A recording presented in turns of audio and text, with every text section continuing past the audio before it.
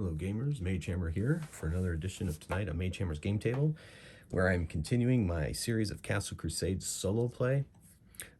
In our last episode, Delve 4, the Adventurers 3, Tobimus Leatherfoot, Ash Sundertree, and Staressa Lightbringer went into a dungeon in the Helm Hills to rescue some missing teenagers from the local village.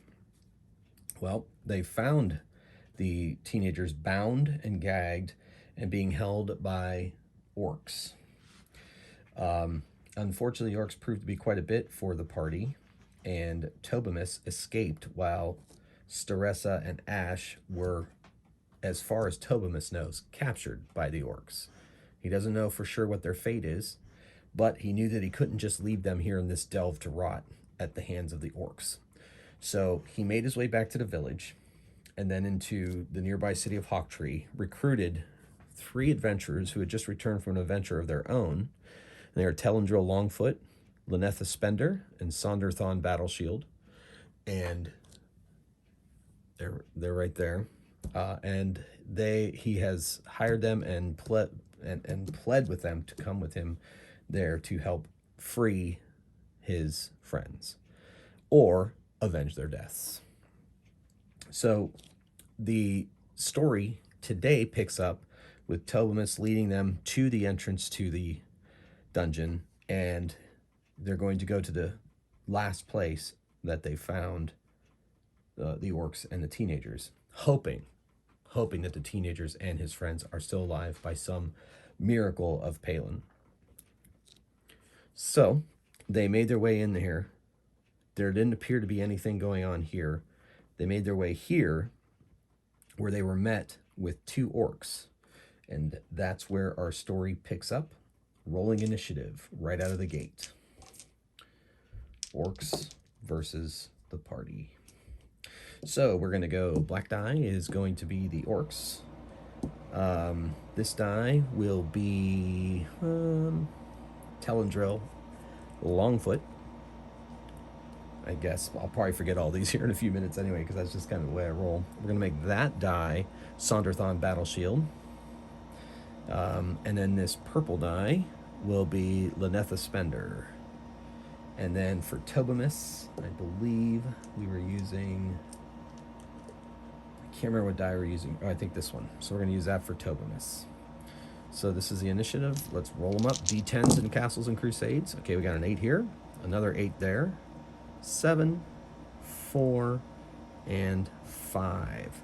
I believe that this is... I knew I was going to forget.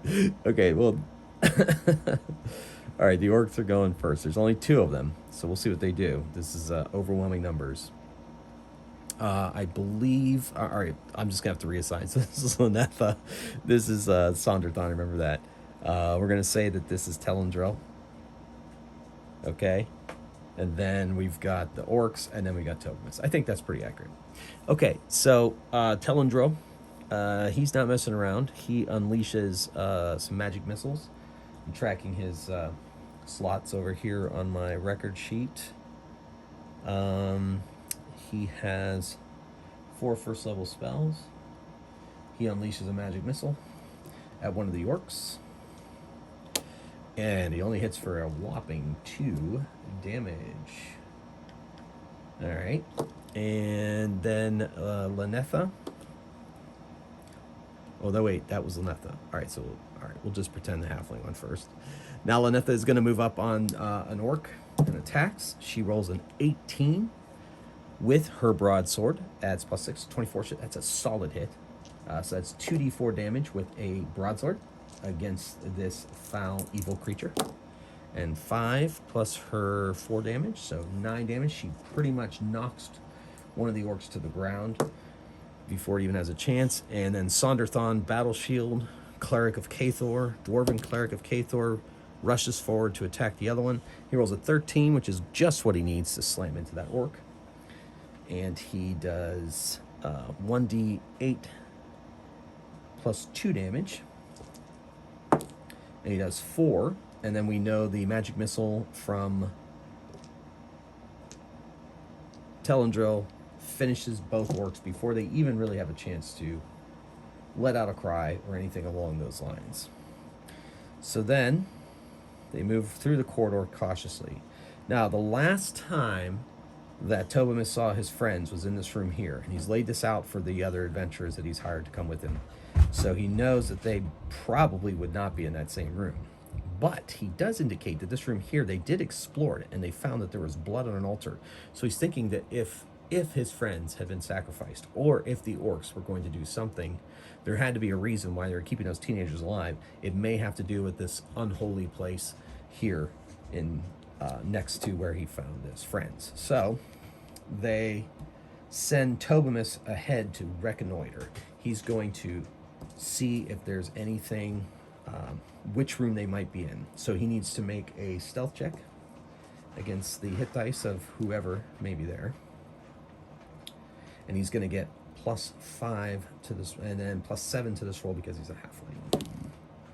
Okay, so he gets a 17, and only I know whether he was successful or not. So he sneaks down, and he peeks in the room where his friends were last seen, and that room appears to be empty.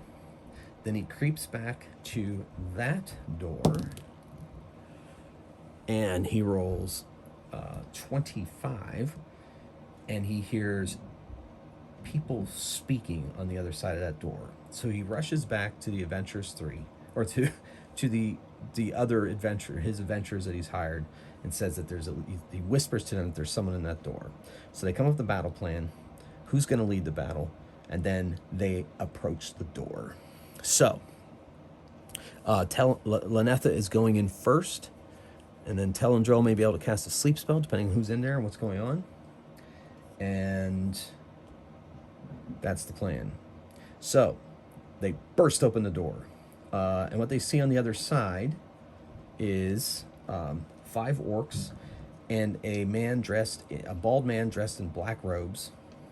And they see the teenagers on the left side of the altar bound and gagged, and Staressa and Ash bound and gagged on the other side of the altar.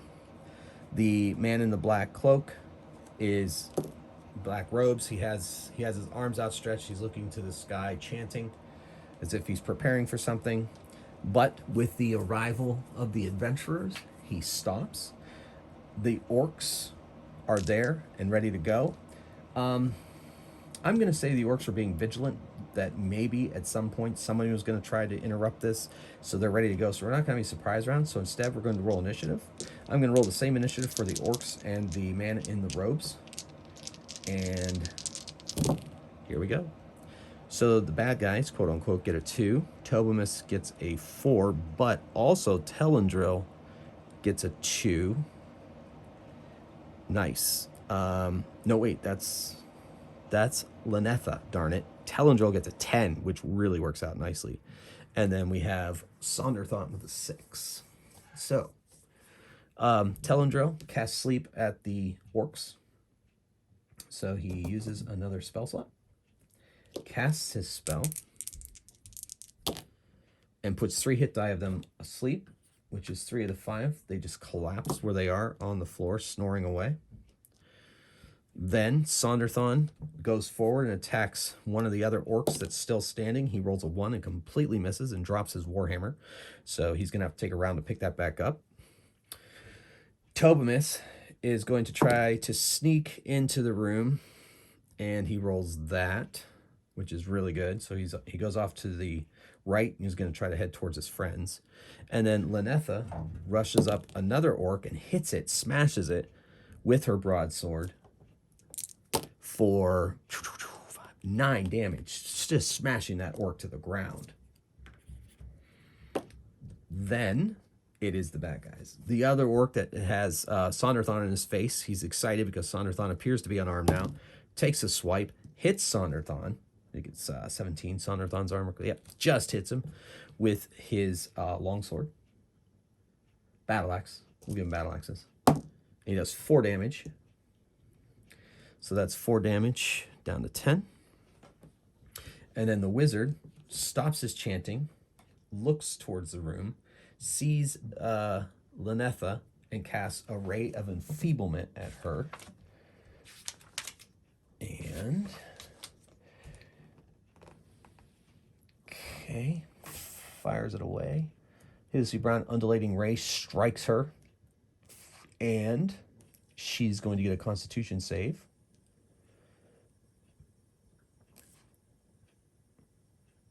Okay. So she's going to get a Constitution save. So this could be pretty big for her. So Constitution is a prime for her, which is base 12. And the hit die of the caster is going to be applied to that base. This is a 4th level caster, so she needs a 16. So she gets to add her level to this.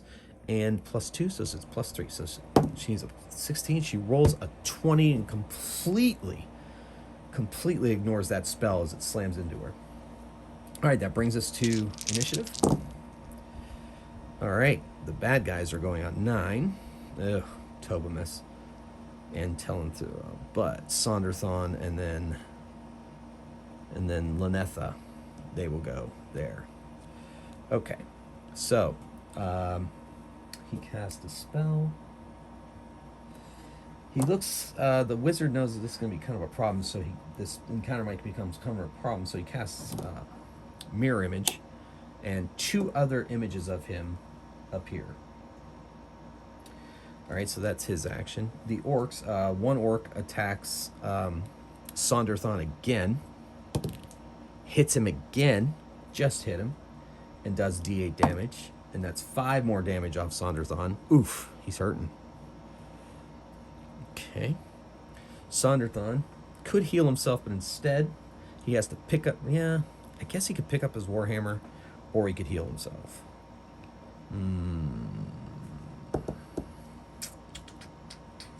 He is going to heal himself. He casts Cure Wounds. 5 hit points healed. He's back up to 10. Still no Warhammer. Could maybe do a shield bash, but that's a little more complicated for him. Lanetha, she moves over and attacks the one that is attacking her friend Sonderthon, strikes it very convincingly, and does 5 plus 4, 9 damage, smashing that orc to the ground. So now, all that stands between them and rescuing the teenagers and their friends is this black-cloaked spellcaster, Telendrill. He goes for it, and he casts Magic Missile, knowing that this... So he gets to send still just 1 Magic Missile, and I randomly see which of those targets the random missile hits, and it hits... I guess I should assign a number for a roll, to be fair. Okay, so he's got himself and 2 images up. So he is 1, 2. The second image is 3, 4. The third image is 5, 6. Now we'll roll.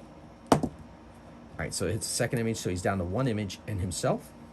That Magic Missile does 4 damage to that image, and it winks out.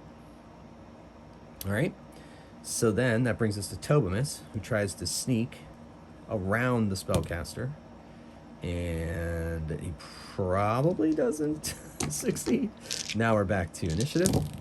All right, so we've got... Oh, there we go. Tobimus goes on a 10. Bad guys 8. Telendrill 8. Telendrill is a decent dex, so we're going to put him in there before the wizard. Lanetha is at the end, and right after the wizard, Sonderthon will finally probably pick up his hammer. So there we are. All right, Tobimus just finally says forget it, and he's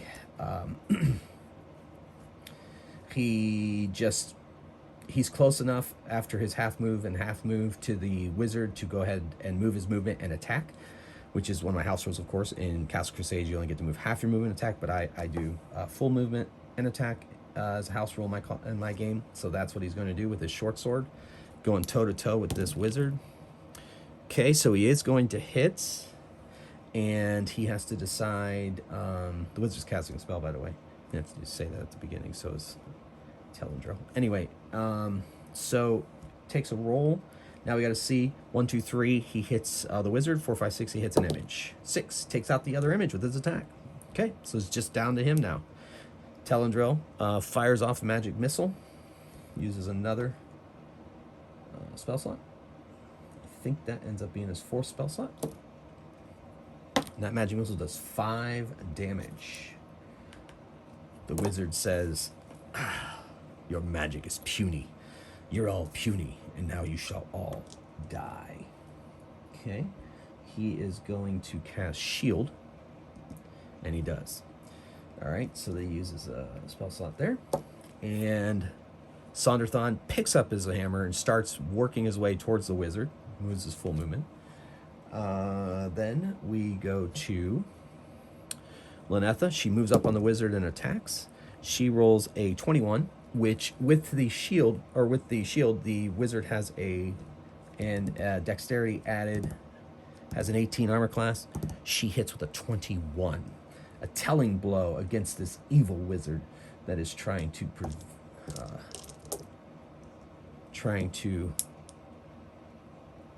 create a horrible ritual to destroy these living people.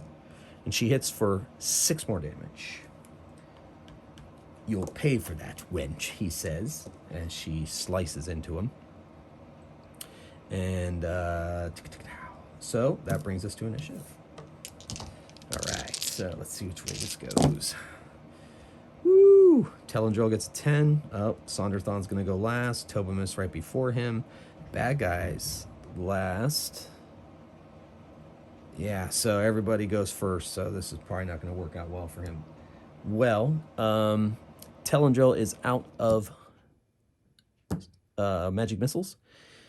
He does have a light crossbow. In my home rules, I allow wizards and illusionists to be proficient in light crossbows because, frankly, it's one of the easiest weapons to learn. Doesn't take much, aim and shoot. So I felt that was, it's borrowing a page from D&D 3.0, 3.5. So anyway, so he has a light crossbow, and he brings it up, already loaded, as is his protocol. Fires it off. He rolls a 7, plus 3 is a 10. It misses the wizard. It's going to be tough for him to get through that shield anyway with a weapon like that. But Lynetha is there in his face. She rolls a 16 to hit, which is not enough thanks to the dexterity bonus of this. Of this wizard. Tobimus is there as well. He's slashing with his short sword, misses. Sonderthon finally makes it there, and he rolls a 18, which is enough to hit the wizard through his shield even, and that dexterity bonus we talked about. He does a d8 plus 2 with his mighty warhammer, and that's 10, which is enough to drop the wizard.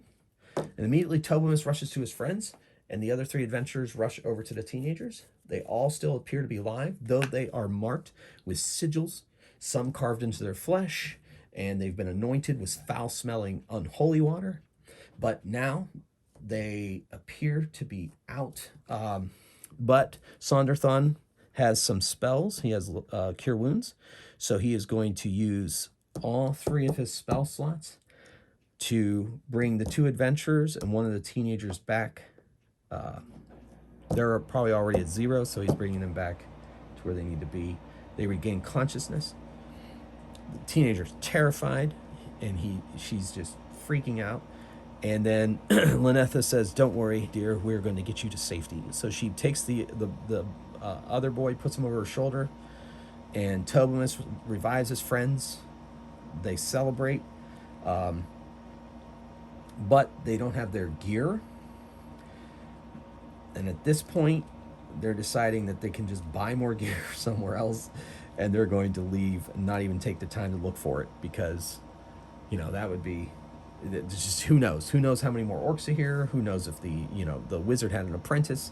They make the decision to get out, so they go through and then out into the humidity of the day, and they make their way towards the village. And the whole way, Ash and Staressa are, they're still woozy from their experience, but they're so glad to be alive. And Tobimus himself is celebrating like he couldn't believe, and he goes, "You guys owe me one."